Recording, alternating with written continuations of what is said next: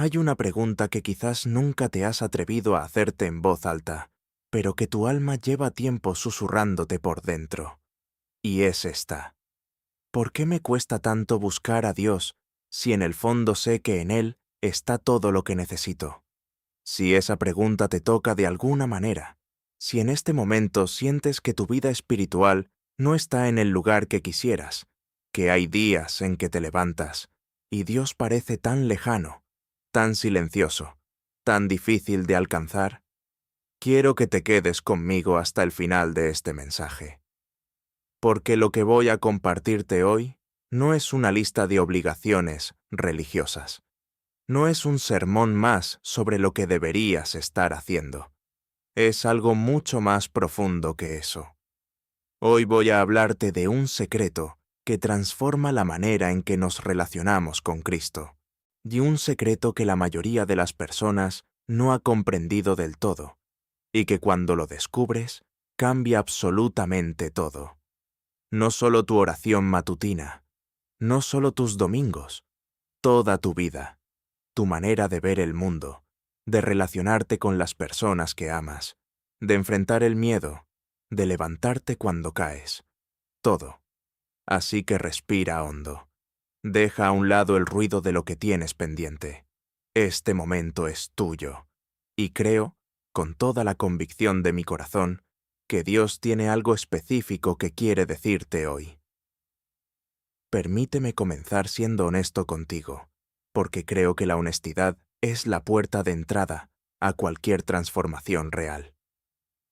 Hubo un tiempo en mi vida en que yo cumplía con todas las formas de la fe, pero por dentro me sentía vacío. Iba a la iglesia, leía la Biblia de vez en cuando, oraba cuando las cosas se ponían difíciles, pero no había una búsqueda genuina, constante, cotidiana de Cristo. Había una relación en pausa, como una conversación que uno va posponiendo indefinidamente porque siempre hay algo más urgente, algo más visible, algo más ruidoso que atender. Y un día, no lo olvidaré, estaba sentado en silencio y sentí algo que no sabría describir con exactitud. No fue una voz, no fue una visión, fue más bien una certeza profunda, casi incómoda, que me decía: estás viviendo de las reservas. Ya no tienes combustible espiritual propio. Estás sobreviviendo con lo que acumulaste en el pasado. Y eso me sacudió, porque es posible vivir así durante mucho tiempo sin darte cuenta. Puedes hablar de fe, puedes conocer versículos, puedes incluso ayudar a otros con palabras espirituales, y sin embargo estar funcionando en vacío por dentro. Como un motor que sigue rodando por inercia, pero que ya no tiene fuerza real. Eso fue un punto de quiebre para mí. Y desde aquel momento comencé a hacerme preguntas distintas. No, ¿cómo debo comportarme como cristiano?, sino, ¿cómo puedo conocer realmente a Cristo? ¿Cómo puedo buscarlo no por miedo, no por obligación, no por costumbre, sino porque genuinamente lo deseo? Y quiero hacerte esa misma pregunta ahora mismo. ¿Buscas a Cristo porque lo deseas o porque sientes que deberías? No te apresures a responder. Déjala aterrizar un momento, porque hay una diferencia enorme entre las dos. La religiosidad basada en el debo puede durar años, pero nunca transforma el alma de verdad. La fe nacida del deseo genuino, del anhelo interior, de la sed del corazón, esa sí cambia todo. Esa es la diferencia entre una religión y una relación. Y Cristo no vino a instalar en nosotros una religión, vino a restaurar una relación. El apóstol Juan lo escribió de una manera que me parece de una belleza extraordinaria. En el primer capítulo de su Evangelio, cuando los primeros discípulos se acercan a Jesús, la primera pregunta que él les hace no es ¿qué quieren de mí?, ni ¿conocen las Escrituras? La primera pregunta es ¿qué buscan? Solo eso. ¿Qué buscan? Y yo creo que esa sigue siendo la pregunta que Cristo te hace a ti hoy. No qué sabes, no cuántos años llevas en la fe, no si fallaste esta semana o si te portaste bien. Solo, ¿qué buscas? ¿Qué es lo que realmente anhela tu corazón? Porque cuando encuentras eso, cuando tocas ese anhelo verdadero que vive en lo más profundo de ti, y la búsqueda diaria de Cristo deja de ser una obligación y se convierte en una necesidad del alma tan natural como respirar. Si este mensaje te está llegando de alguna manera, me gustaría pedirte algo muy sencillo. Si tienes un familiar, un amigo, alguien querido que también anda buscando esa paz profunda, que siente que su vida espiritual necesita algo más, comparte este video con esa persona. Puede ser que estas palabras lleguen en el momento exacto en que alguien las necesita. A veces Dios usa la mano de otro ser humano para traer exactamente lo que el alma estaba esperando. Ahora bien, hablemos de algo práctico. ¿Por qué nos cuesta tanto buscar a Cristo todos los días? ¿Por qué, si sabemos que en su presencia hay plenitud, si hemos experimentado momentos de paz genuina en la oración, si hemos visto con nuestros propios ojos cómo Él transforma situaciones imposibles? ¿Por qué seguimos alejándonos? ¿Por qué seguimos posponiendo ese momento de conexión? Hay una respuesta que la psicología y la espiritualidad comparten, y es esta. El ser humano no se mueve hacia lo que sabe que es bueno para él, se mueve hacia lo que siente urgente, y en el mundo en que vivimos, casi todo está diseñado para generar urgencia artificial. Las notificaciones, las noticias, las redes sociales, el trabajo, las preocupaciones, todo grita, atiéndeme ahora. Todo compite por el primer lugar de tu atención. Y Cristo no grita, no manda notificaciones, no genera ansiedad para que lo busques. Él espera. Con una paciencia que va más allá de cualquier comprensión humana, Él espera en la puerta y llama suavemente. No como dice el Apocalipsis, yo estoy a la puerta y llamo. No la derriba, no insiste con desesperación. Llama y espera que tú abras. Esa es, paradójicamente, una de las razones por las que a veces nos cuesta tanto buscarlo. Porque lo que no grita, lo que no genera urgencia, lo que no amenaza con desaparecer si no lo atendemos, termina siendo lo que más postergamos. No porque no lo valoremos, sino porque vivimos anestesiados por el ruido de lo urgente, y ese ruido nos desconecta de lo verdaderamente importante. ¿Cuántas veces has llegado al final del día sintiéndote agotado, pero sin haber tenido un solo momento genuino contigo mismo y con Dios?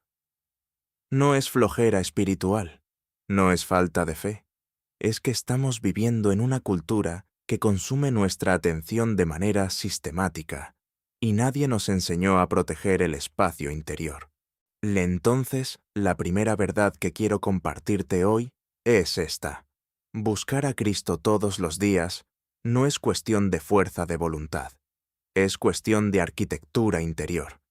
¿Qué quiero decir con eso? Cuando pensamos en la disciplina espiritual, casi siempre la abordamos como un asunto de esfuerzo personal. Tengo que tener más voluntad, tengo que ser más disciplinado, tengo que levantarme más temprano, tengo que leer más capítulos. Y entonces hacemos un esfuerzo enorme durante unos días, nos sentimos bien, y luego caemos otra vez. Y el ciclo se repite. Y cada vez que el ciclo se repite, sentimos que somos un fracaso espiritual, que Dios está decepcionado de nosotros, que nunca vamos a lograr la vida espiritual que deseamos. Pero eso no es lo que la Escritura enseña. Y Pablo lo dice con una claridad extraordinaria en Filipenses. Dios es el que en vosotros produce así el querer como el hacer, por su buena voluntad. No dice, esfuérzate más. Dice que es Dios quien produce en nosotros incluso el querer. El deseo mismo de buscarlo es un regalo de Dios, no una conquista nuestra. Entonces, ¿qué significa construir una arquitectura interior para buscar a Cristo? Significa esto. En lugar de depender de cómo te sientes cada mañana, en lugar de esperar tener ganas o energía, o el estado de ánimo adecuado, diseñas tu vida de tal manera que la presencia de Cristo sea la estructura sobre la que todo lo demás se apoya. Y eso es diferente a una lista de hábitos. Es una manera de ver quién eres tú en relación con Dios. Déjame explicarlo así. Imagina que cada mañana cuando te levantas, y tu alma es como una casa que lleva toda la noche en silencio. Hay algo quieto en ella. Hay un potencial. Y en ese momento, en esa ventana entre el sueño y el día completo, tienes una elección que puede parecer pequeña, pero que define toda la jornada. Puedes abrir la puerta al ruido, al teléfono, a las noticias, a los mensajes pendientes, a la lista de cosas que tienes que hacer. Y cuando haces eso, el día entra como una marea y te arrastra. Y a las 10 de la mañana ya estás en modo de reacción, apagando fuegos, respondiendo urgencias, sintiéndote perseguido por el tiempo. O puedes, antes de abrir esa puerta, quedarte un momento en el umbral, un momento en que tu alma todavía está quieta, y en ese umbral, hablar con Dios. No con un discurso largo necesariamente, no con palabras perfectas, simplemente reconocerlo. Aquí estoy. Tú me ves. Este día es tuyo. Eso parece pequeño, pero con el tiempo, ese momento pequeño se convierte en el eje alrededor del cual gira todo lo demás. Porque lo que hacemos primero en el día no es solo un hábito, es una declaración de quién tiene la prioridad en nuestra vida. El rey David lo entendía profundamente. En el Salmo 63 escribió: «Oh Dios, tú eres mi Dios, de madrugada te buscaré, mi alma tiene sed de ti». No dijo: «Te buscaré cuando tenga tiempo», ni «te buscaré cuando me sienta preparado». Dijo de madrugada, antes de que el día tomara forma, cuando todavía la mente estaba limpia y el corazón estaba abierto.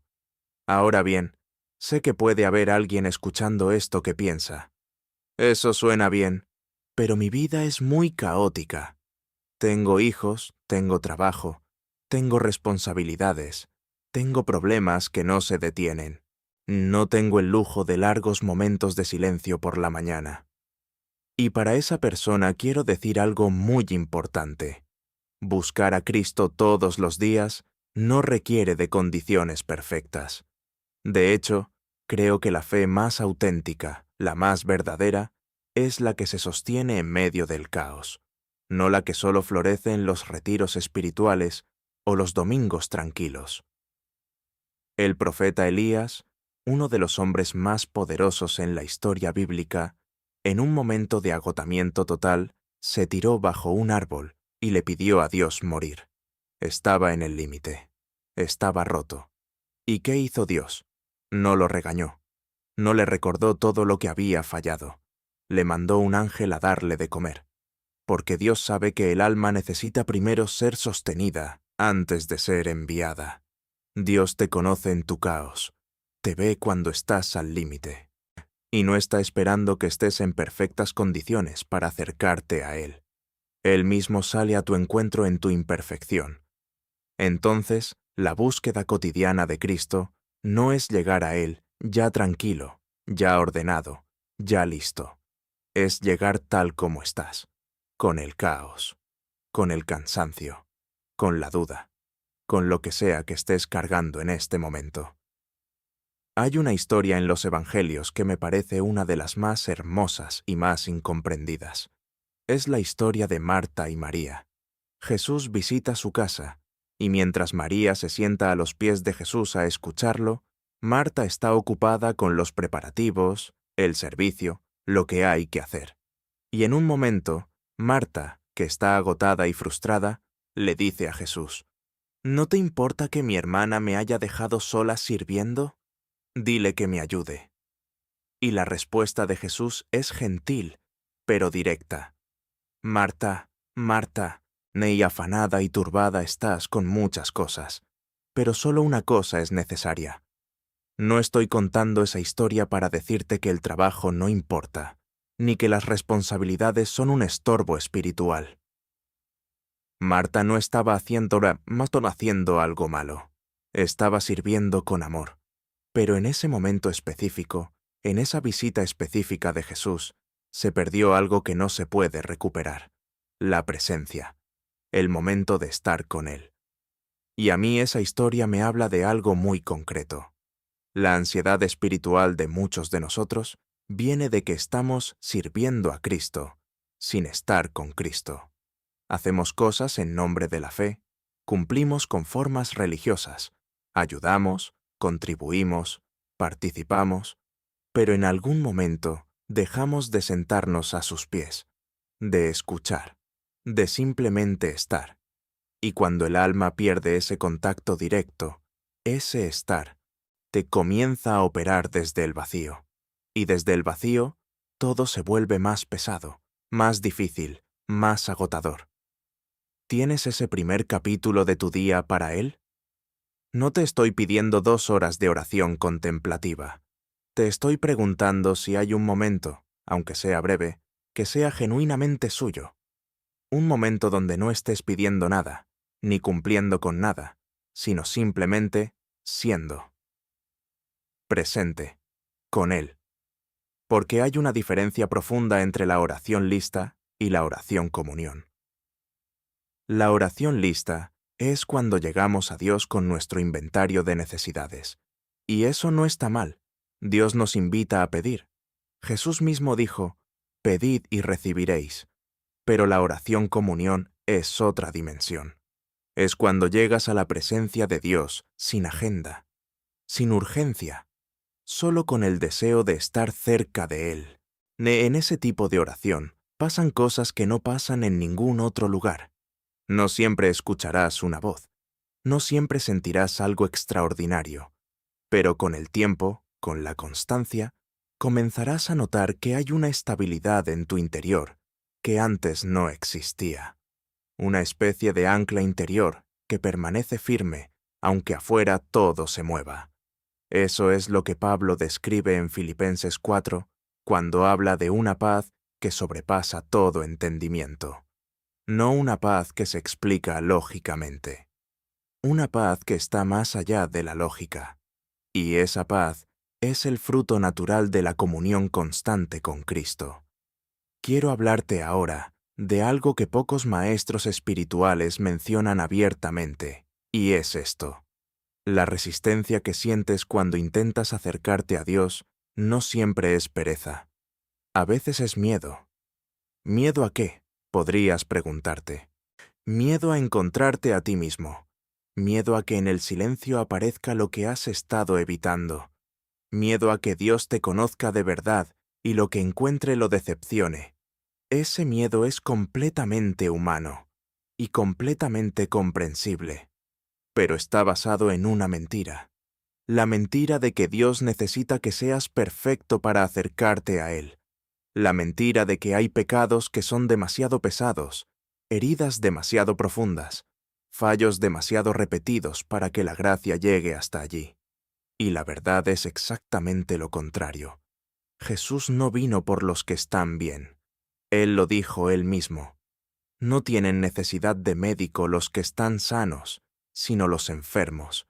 Vino por los rotos, por los que se han equivocado 1 y 1000 veces, por los que no entienden por qué siguen cayendo en lo mismo, por los que lloran solos, por los que se sienten invisibles, o por los que en el fondo dudan si su vida tiene realmente algún valor.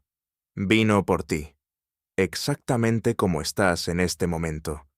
Entonces, la resistencia que sientes hacia la búsqueda espiritual, esa resistencia que a veces se disfraza de ocupación, de cansancio, de «ya lo haré mañana», puedes comenzar a verla de otra manera. No como una señal de que eres un mal creyente, sino como una invitación a preguntarte: ¿qué es lo que en el fondo me da miedo encontrar cuando estoy en silencio? Porque cuando descubres eso, cuando llevas esa pregunta a la presencia de Dios, en lugar de huir de ella, algo se libera. Y esa liberación es el comienzo de una transformación real. Si en este momento algo de lo que estoy diciendo está tocando algo dentro de ti, quisiera invitarte a hacer algo muy sencillo. En los comentarios, escribe solo una palabra: Amén. No tienes que explicar nada.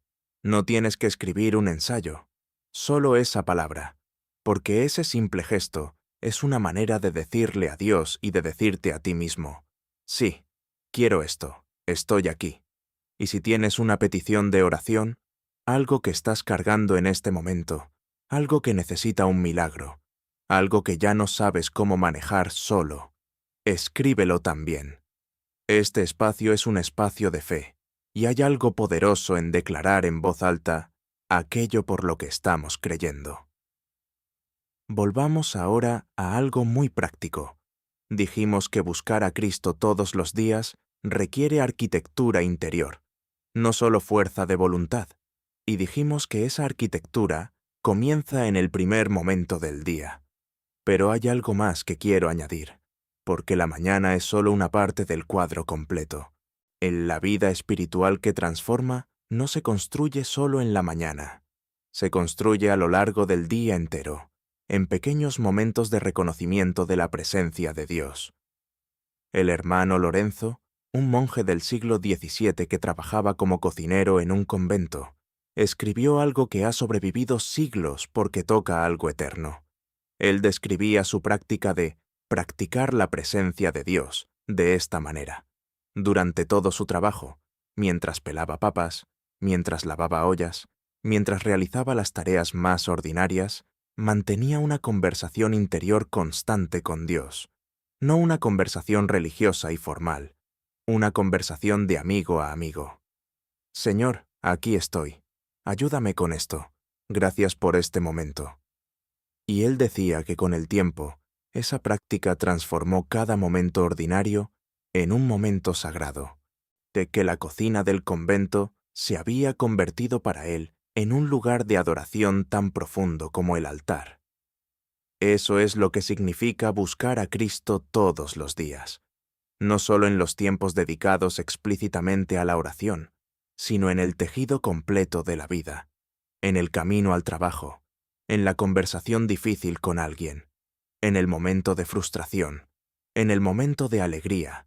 En cada punto de la jornada hay una puerta abierta hacia la presencia de Dios, si aprendes a reconocerla. Pero aquí viene algo crucial que quiero que escuches con atención, porque es uno de los obstáculos más sutiles y más dañinos para la vida espiritual constante. Es lo que yo llamo la trampa del todo o nada espiritual. La trampa funciona así. Decides que vas a buscar a Dios todos los días. Empiezas bien. 3 días, 4 días, una semana. Y luego hay un día en que fallaste. No tuviste tu tiempo de oración. O lo tuviste pero te distrajes completamente. O simplemente no sentiste nada. Y entonces la voz interior dice: fallaste. Ya arruinaste la racha. ¿Para qué seguir? Y en ese momento, en lugar de simplemente volver al día siguiente, abandona. No completamente, tal vez, pero retrocede, y el ciclo de inicio y abandono se repite indefinidamente. Esa trampa no viene de Dios, viene de una distorsión de lo que significa la gracia. La gracia de Dios no funciona con rachas. No hay una racha espiritual que se rompe cuando fallas un día. La misericordia de Dios, como dice Lamentaciones, es nueva cada mañana, sin importar lo que pasó ayer, sin importar cuántos días estuviste lejos. La misericordia se renueva, el acceso a Dios se renueva, la oportunidad de comenzar se renueva. Entonces, si hay alguien escuchando esto que lleva mucho tiempo sintiéndose que ha fallado demasiado, que ha estado demasiado lejos, que el camino de regreso es demasiado largo, quiero que sepas que no es así. El camino de regreso a Cristo siempre tiene un solo paso que es simplemente decir: aquí estoy, vuelvo a ti. Y Él está ahí, esperando, sin reproches, con los brazos abiertos. La parábola del Hijo Pródigo, una de las más conocidas en los Evangelios, contiene un detalle que a veces pasamos por alto. Cuando el hijo regresa, derrotado y avergonzado, preparando mentalmente el discurso de disculpa que le dará a su padre, el padre lo ve venir desde lejos. Desde lejos. Eso significa que el padre estaba mirando, esperando. Y cuando lo vio, no esperó a que llegara. Corrió hacia él. Dios corre hacia ti cuando te ves volviendo a él. No espera que llegues con el discurso perfecto de arrepentimiento. Sale a tu encuentro. Hay otro aspecto de la búsqueda diaria de Cristo que quiero explorar contigo, y que tiene que ver con algo que en psicología se llama motivación intrínseca. Escúchame un momento, porque esto es importante. Cuando buscamos hacer algo todos los días, tenemos básicamente dos tipos de motivación. La motivación extrínseca dice, lo hago porque debo, porque si no hay consecuencias, porque me siento culpable si no lo hago. Y la motivación intrínseca dice, lo hago porque lo quiero, porque me nutre, porque lo valoro en sí mismo. La motivación extrínseca puede arrancar un hábito, pero no lo sostiene a largo plazo. Con el tiempo se agota. Con el tiempo genera resentimiento o apatía. La motivación intrínseca, en cambio, se alimenta a sí misma. Cuanto más lo haces, más lo deseas. Cuanto más pruebas el fruto, más hambre tienes. Y aquí está la pregunta espiritual clave. ¿Cómo pasamos de buscar a Dios por obligación a buscarlo por deseo genuino? La respuesta, y esto puede sorprenderte, no es tratar de generar ese deseo artificialmente. No es convencerte de que deberías sentir más. Es algo mucho más concreto y mucho más accesible. Es recordar. El Salmo 103 comienza con estas palabras. Bendice, alma mía, a Jehová, y no olvides ninguno de sus beneficios. David se está hablando a sí mismo. Le está ordenando a su propia alma que recuerde, que no olvide, y luego enumera. Él perdona, Él sana, Él rescata, Él corona con amor y misericordias, porque el olvido es uno de los mayores enemigos de la vida espiritual. No el olvido de los hechos, más sino el olvido de la experiencia. Recordamos intelectualmente que Dios nos ha ayudado, pero hemos olvidado cómo se sintió cuando sucedió. Y cuando perdemos esa memoria vivencial, la gratitud se enfría. Y cuando la gratitud se enfría, la búsqueda se vuelve obligación. Entonces, una de las prácticas más poderosas para sostener la búsqueda cotidiana de Cristo es llevar un registro de su fidelidad en tu vida. No necesariamente un diario elaborado. Puede ser tan simple como, al final del día, recordar una cosa. Un momento en que sentiste que no estabas solo. Un momento en que una puerta se abrió cuando parecía cerrada. Un momento en que tuviste una paz que no te explicabas. Un momento en que una palabra llegó justo cuando la necesitabas. Esos momentos son evidencias. Y son las señales que el Espíritu Santo va dejando en tu vida para decirte, sigo aquí. Nunca me fui. Y cuando los recuerdas, cuando los acumulas, cuando construyes un historial de la fidelidad de Dios en tu vida, la búsqueda cotidiana ya no se siente como un esfuerzo. Se siente como una respuesta natural a alguien que nunca te ha fallado. Quiero detenerme aquí un momento para preguntarte algo. ¿Recuerdas un momento en tu vida donde sentiste claramente que fue Dios quien intervino? Un momento que no tenía explicación lógica. Una puerta que se abrió sin que nadie la empujara. Una persona que apareció exactamente cuando la necesitabas. Una enfermedad que cedió cuando los médicos ya no tenían respuestas. Una decisión que tomaste sin saber por qué, y que resultó ser exactamente la correcta. Ese momento, ese recuerdo, es oro espiritual. Y es evidencia personal e inamovible de que Dios es real y activo en tu historia. Y yo quiero retarte a que hoy, antes de dormir, escribas ese momento. No lo analices demasiado. Solo escríbelo. Y cuando lo hagas, dile a Dios. Gracias.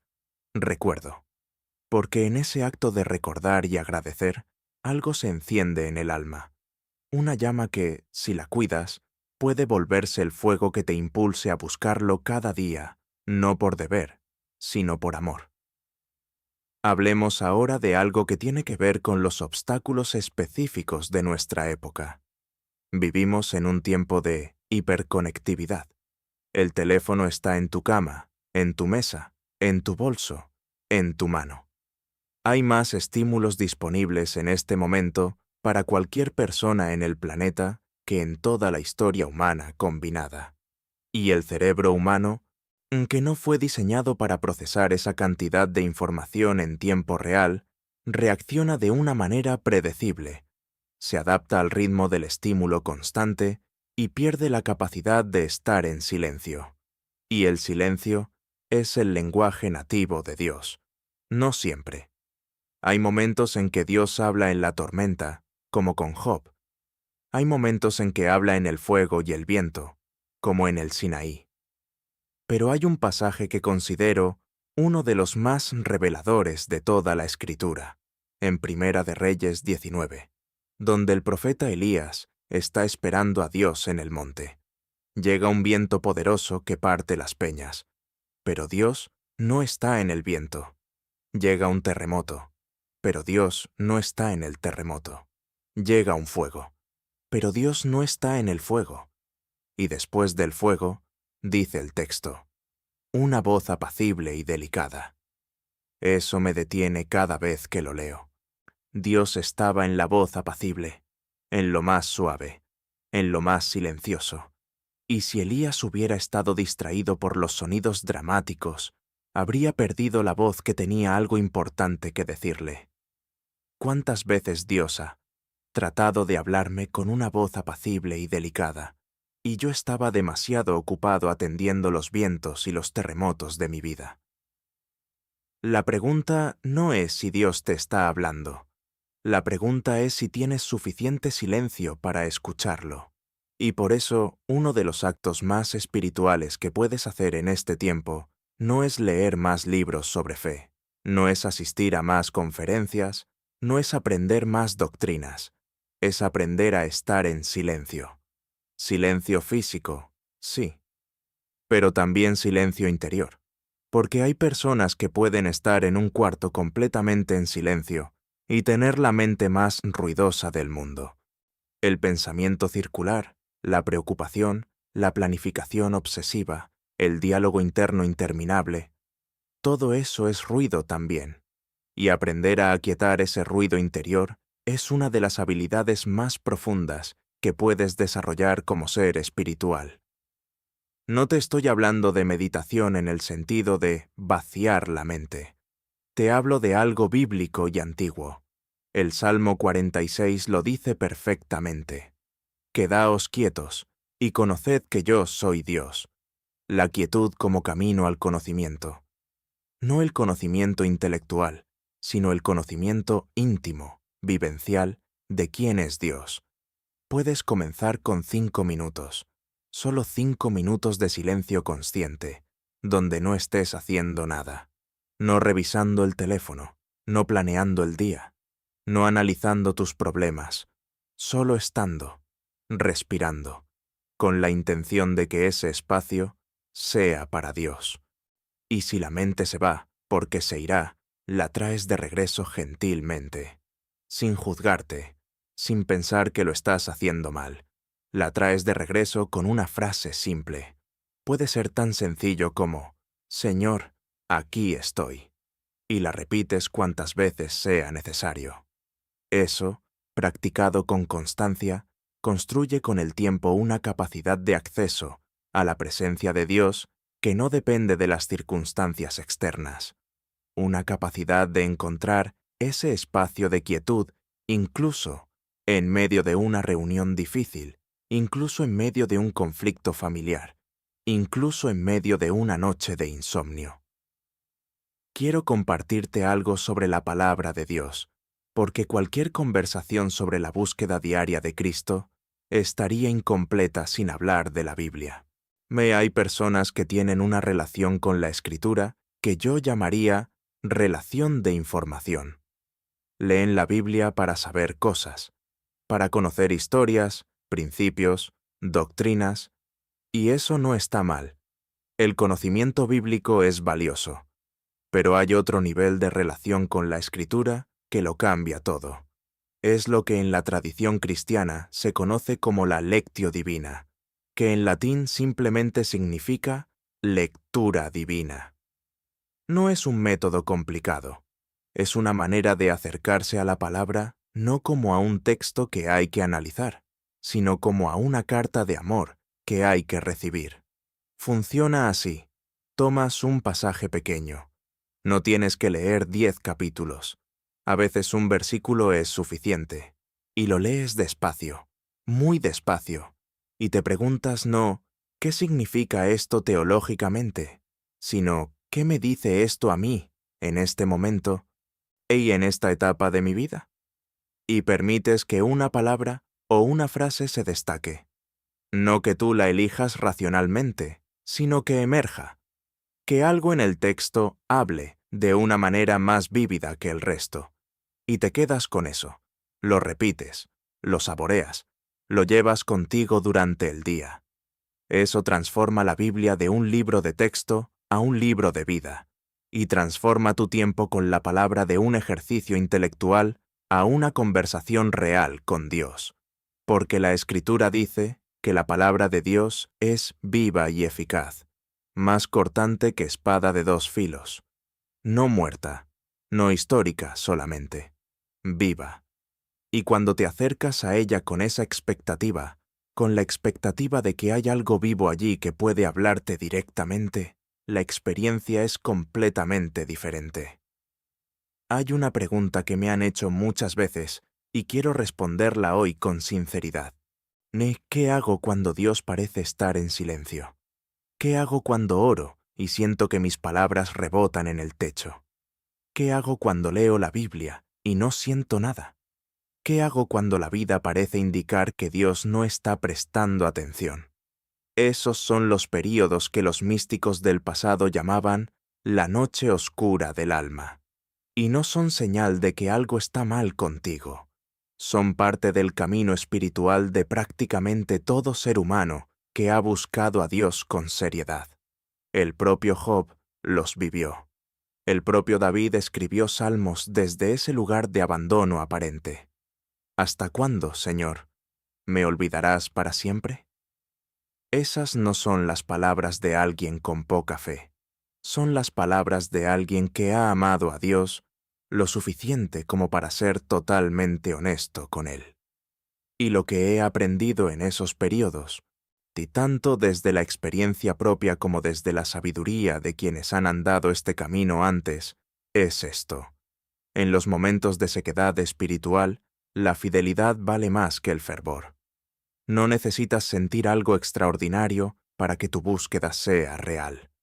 A veces el acto más profundo de fe es llegar ante Dios en la sequedad, sin sentir nada, sin emoción, sin experiencia mística, y simplemente decir, estoy aquí, no siento nada, pero sigo creyendo que tú estás. Eso no es debilidad, es una de las formas más maduras de fe que existe. Y lo que la Escritura promete, lo que el testimonio de tantos creyentes a lo largo de la historia confirma, es que esos períodos no son permanentes, que a su tiempo, cuando el alma ha sido trabajada en lo profundo, cuando algo que necesitaba soltar ha sido soltado, cuando algo que necesitaba aprender ha sido aprendido, la presencia de Dios vuelve a hacerse tangible. Y a veces, con una intensidad y una claridad que no habías experimentado antes. Permíteme hablarte ahora de algo que creo que es absolutamente central para cualquier transformación espiritual sostenida. Es algo que a veces pasa desapercibido en las enseñanzas sobre vida cristiana, quizás porque es incómodo de hablar, pero que sin ello todo lo demás se convierte en estructura sin vida. Hablo de la rendición, no la rendición como derrota, sino la rendición como decisión consciente de dejar de aferrarte al control de tu propia vida. Uno de los mayores obstáculos para buscar a Cristo genuinamente todos los días es que en algún lugar profundo de nuestro interior seguimos siendo los directores de nuestra propia historia. Queremos a Dios, pero lo queremos como consultor, no como Señor. Queremos su ayuda, pero en los términos que nosotros definimos. Queremos su paz, pero sin ceder el control. Y eso crea una tensión interior que es agotadora. Es como intentar abrazar a alguien mientras al mismo tiempo te resistes a que te abrace de vuelta. La rendición genuina dice algo diferente.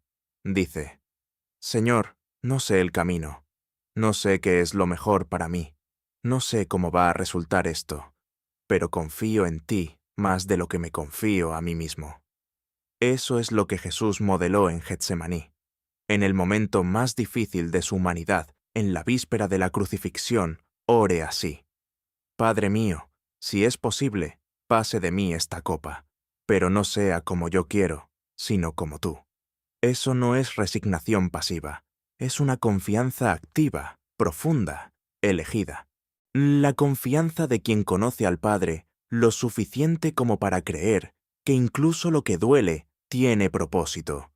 Y cuando aprendes a vivir desde esa rendición, desde ese no mi voluntad sino la tuya, la búsqueda cotidiana de Dios deja de ser un programa de beneficios espirituales para convertirse en algo mucho más profundo.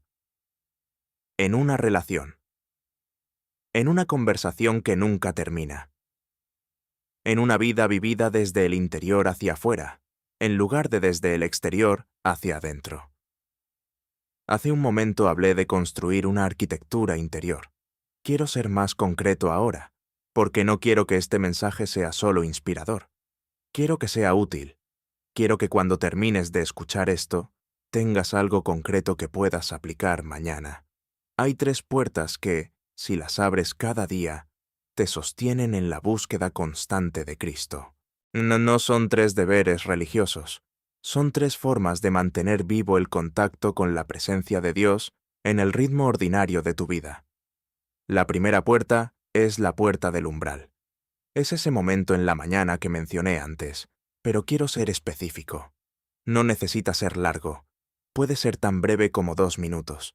Pero esos 2 minutos deben ser intencionales. Antes de ver el teléfono, antes de pensar en el día, antes de que el mundo entre, dices algo al Señor. Puede ser un versículo que te sepas de memoria. Puede ser una oración muy simple. Puede ser solo silencio con la intención de reconocer su presencia. Lo que importa es que sea primero. Que sea el primer movimiento de tu día. La segunda puerta es la puerta del presente. A lo largo del día, en cualquier momento de transición, de espera, de quietud relativa, ya hay una oportunidad de regresar al centro. Cuando esperas en el tráfico, cuando tienes un minuto entre actividades, cuando te lavas las manos. Esos momentos pequeños son invitaciones a un microrretorno a la presencia de Dios. No tiene que ser dramático. Puede ser tan simple como un suspiro consciente y una frase interior. Señor, estás aquí. Yo estoy aquí. Con el tiempo, esas microconexiones crean una corriente de presencia que atraviesa todo el día. Y esa corriente es lo que el apóstol Pablo describía cuando decía, oren sin cesar. No que estuvieras de rodillas permanentemente, sino que hubiera una línea de comunicación abierta con Dios a lo largo de todo el día.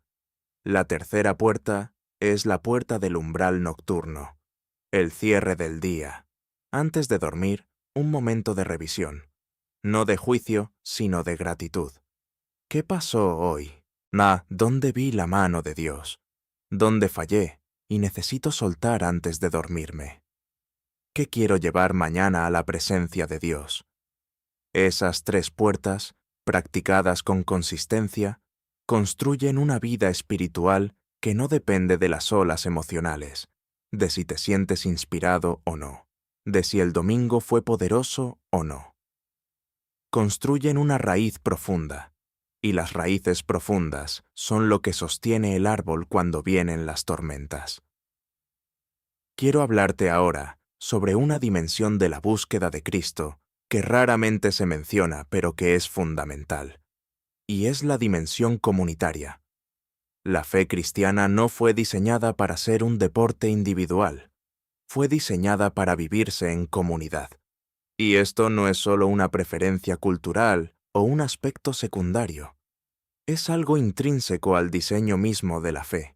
El libro de Hechos, describe a la primera comunidad de creyentes perseverando juntos en la doctrina, en la comunión, en el partimiento del pan y en las oraciones. Esas 4 cosas juntas. No solo la oración personal, la oración compartida, el camino compartido, la mesa compartida. Porque hay algo que sucede en la comunidad de fe que no puede suceder en la soledad. Hay una fe colectiva que sostiene cuando la fe individual flaquea. Hay una oración de otro que puede llegar a Dios cuando la tuya parece bloqueada. Hay un testimonio ajeno que puede encender de nuevo tu propia esperanza. No estoy hablando necesariamente de una institución religiosa perfecta. Estoy hablando de encontrar, aunque sea 1 o 2 personas con quienes puedas caminar en fe. Personas con quienes puedas ser honesto sobre tu lucha espiritual. Más personas que oren contigo, y no solo por ti. Personas cuya presencia te recuerde que no estás solo en este camino. Eso puede parecer difícil de encontrar. Y entiendo que hay personas que han sido heridas por comunidades religiosas y que tienen resistencias completamente válidas. Pero la respuesta a haber sido herido en comunidad no es el aislamiento permanente. Es encontrar una comunidad más sana. Y mientras la encuentras, puede ser tan simple como una conversación honesta con un amigo de confianza. Hay algo más que quiero decirte sobre la transformación espiritual, y es algo que me tomó muchos años entender. La transformación no es un evento, es un proceso. Vivimos en una cultura de resultados inmediatos. Esperamos que las cosas cambien rápido, que los problemas se resuelvan pronto, no que la madurez espiritual llegue en un retiro de fin de semana. Y cuando la transformación no sucede a esa velocidad, concluimos que algo está mal, que la oración no funciona, que nosotros somos casos especiales de resistencia al cambio. Pero la naturaleza trabaja diferente. Un árbol no crece en una semana. El fruto no aparece en la primera primavera. Hay raíces que deben ir profundizando silenciosamente, invisiblemente, a través de capas de tierra que nadie ve. Y solo cuando las raíces están donde deben estar, el árbol puede crecer y el fruto puede aparecer. La transformación espiritual es así. Hay trabajo invisible que sucede en el alma mucho antes de que veamos cambios visibles en nuestra conducta, en nuestra paz, en nuestra capacidad de amar. Y si abandonamos el proceso porque no vemos resultados inmediatos, perdemos exactamente el momento en que el trabajo invisible estaba a punto de volverse visible. Pablo lo expresó así en Gálatas: a su tiempo segaremos, si no desmayamos. A su tiempo, no al nuestro. Y la condición, si no desmayamos, si seguimos, si nos mantenemos en el proceso, aunque no veamos la cosecha todavía. Esa es la esencia de la fe aplicada al crecimiento espiritual. Seguir buscando, seguir plantando, seguir regando, aunque la tierra parezca árida y el cielo parezca silencioso. Y aquí quiero decirte algo sobre la misericordia de Dios, que creo que puede cambiar completamente tu relación con tu propio proceso de crecimiento. Dios no te evalúa por lo que aún no has logrado. Te ve por lo que ya eres en Cristo. Hay una diferencia tremenda entre esas 2 perspectivas. Cuando nos evaluamos por lo que no hemos logrado, vivimos en una postura de déficit permanente. Siempre hay algo que falta. Siempre hay una área donde no llegamos. Y esa postura crea vergüenza, y la vergüenza es paralizante. Pero cuando entendemos que nuestra identidad ante Dios no depende de nuestro rendimiento espiritual, sino de la gracia que recibimos a través de Cristo, algo se libera. Podemos buscar a Dios no desde la posición del que necesita ganarse su favor, sino desde la posición del amado que regresa a casa. Esa es la diferencia entre una teología del rendimiento y una teología de la gracia. Y la gracia no produce pereza espiritual, como algunos temen. Todo lo contrario. Cuando entiendes que eres amado incondicionalmente, cuando genuinamente lo interiorizas, la respuesta natural no es «entonces puedo hacer lo que quiero». La respuesta natural es amor, gratitud, deseo de estar cerca de quien te ama así.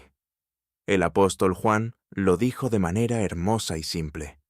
Nosotros le amamos a Él, porque Él nos amó primero. El amor humano hacia Dios es siempre una respuesta al amor de Dios hacia nosotros. Primero la recepción, luego la respuesta. Primero la gracia, luego el movimiento del corazón agradecido. Estamos llegando a la parte final de este mensaje, y quiero cerrar con algo que ha estado latente en todo lo que hemos hablado, algo que creo que es la médula de todo. La búsqueda cotidiana de Cristo no es un método para tener una vida mejor. Es el descubrimiento gradual de quién eres realmente. Porque hay una identidad que el mundo te ha dado, construida de expectativas ajenas, de éxitos y fracasos, de cómo te ven los demás, de lo que has logrado o dejado de lograr. Y hay una identidad que Dios te dio antes de que el mundo te definiera de ninguna manera. Una identidad que no depende de tu historia, de tus errores, de tu apariencia, de tu edad, de tu país o de tu condición. Eres un hijo, una hija, amada, vista, elegida, con propósito, con dignidad, con un lugar en la historia que nadie más puede ocupar. Y la búsqueda diaria de Cristo es el camino de regreso a esa identidad original. Es el proceso de desprenderte de todas las capas de identidad prestada y falsa y encontrar debajo de todo eso el ser que Dios conoce desde siempre y que nunca dejó de amar. Ese es el corazón de la transformación espiritual. No hacerse mejor, en el sentido de mejorar un desempeño, sino recuperarse a sí mismo. Llegar a ser, cada vez más completamente, quien ya eres en Cristo. Jesús dijo algo que me parece de una profundidad insondable. En Juan 10, hablando de sí mismo como el buen pastor, dijo: «Yo he venido para que tengan vida, y para que la tengan en abundancia». Vida en abundancia. No vida con más cosas. No vida con menos problemas. No vida con más comodidad.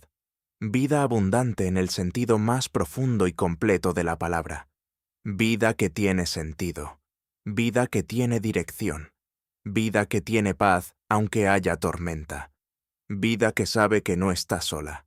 Vida que puede amar y ser amada. Vida que no le teme a la muerte porque sabe que hay algo más allá de ella. Esa vida está disponible para ti, no como recompensa futura, como realidad presente, accesible hoy a través de la búsqueda cotidiana de aquel que la ofrece. Quiero invitarte ahora a algo muy concreto y muy simple.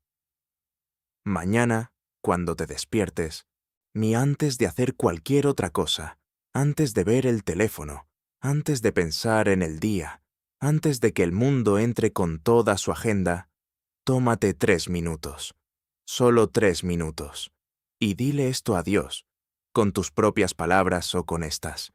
Señor, aquí estoy. Este día es tuyo. No sé lo que me espera, pero sé que tú vas delante de mí. Ayúdame a verte en cada momento. Ayúdame a escucharte en el silencio. Ayúdame a recordar, cuando el ruido sea fuerte, que tú eres más grande que todo lo que me rodea. No vengo con pretensiones, vengo como soy. Y creo que eso es suficiente para ti.